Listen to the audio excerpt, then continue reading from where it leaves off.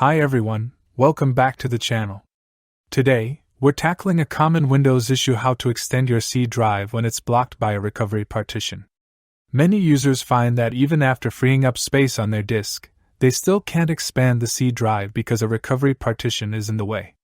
In this video, I'll show you a step-by-step method to safely move or adjust the recovery partition so you can extend your C drive without losing any important data.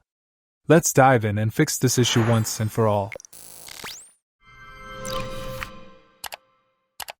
Step 1. Install and launch AOMEI Partition Assistant. Right-click a partition, here is D, Partition. You want to adjust space and select 1. Click Adjust Space. Step 2.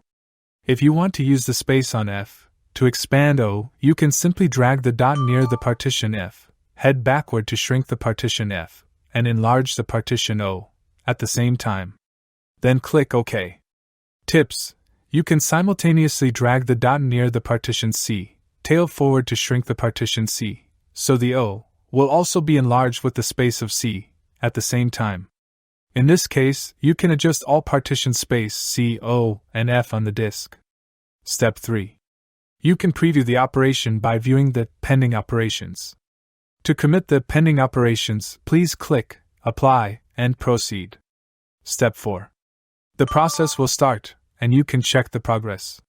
It might take time to finish the operation. Step 5. Wait for the operation to be finished. After it is completed successfully, you will find O is enlarged and both O and F are adjusted. Now you know how to extend your C drive even when it's blocked by a recovery partition.